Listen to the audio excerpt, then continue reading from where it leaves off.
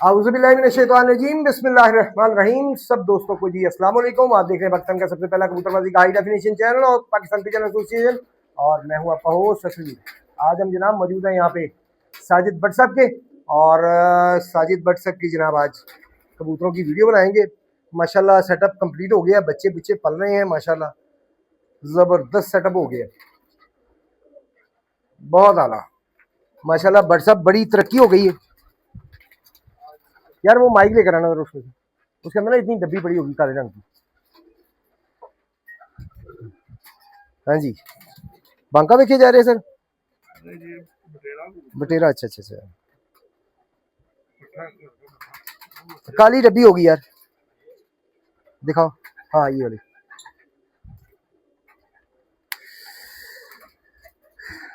नहीं जी, इस वक्त माशाल्लाह भट्ट साहब ने ठीक ठाक तरक्की कर ली है। हाँ जी भट्ट साहब जी जी, बहुत तरक्कियाँ। बस ये अल्लाह ताला ने बरकत पा दी थी।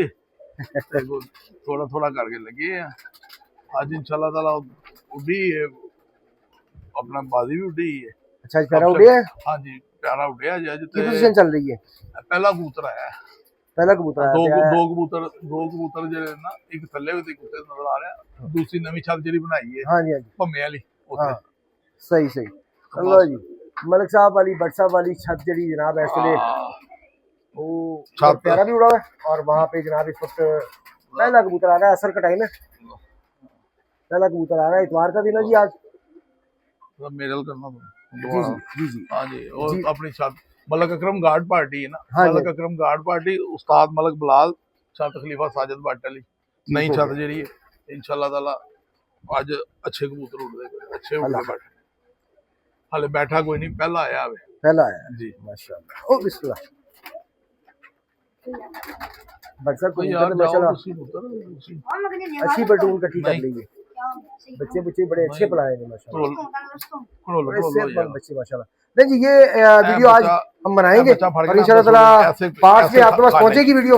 ऐसे खाने चल जनाब चैनल को सब्सक्राइब कर दें जल्दी से, इंशाल्लाह ताला इन कबूतरों की वीडियो आपको जल्दी मौसूल होना शुरू हो जाएंगी। उर्दा खाना है जैसे बनाया है। रोटी रोटी खा मुर्गी को भी नीचे लेते हैं, मुर्गी को यहाँ पे रख दिया करेंगे, मुर्गी को लाल करना,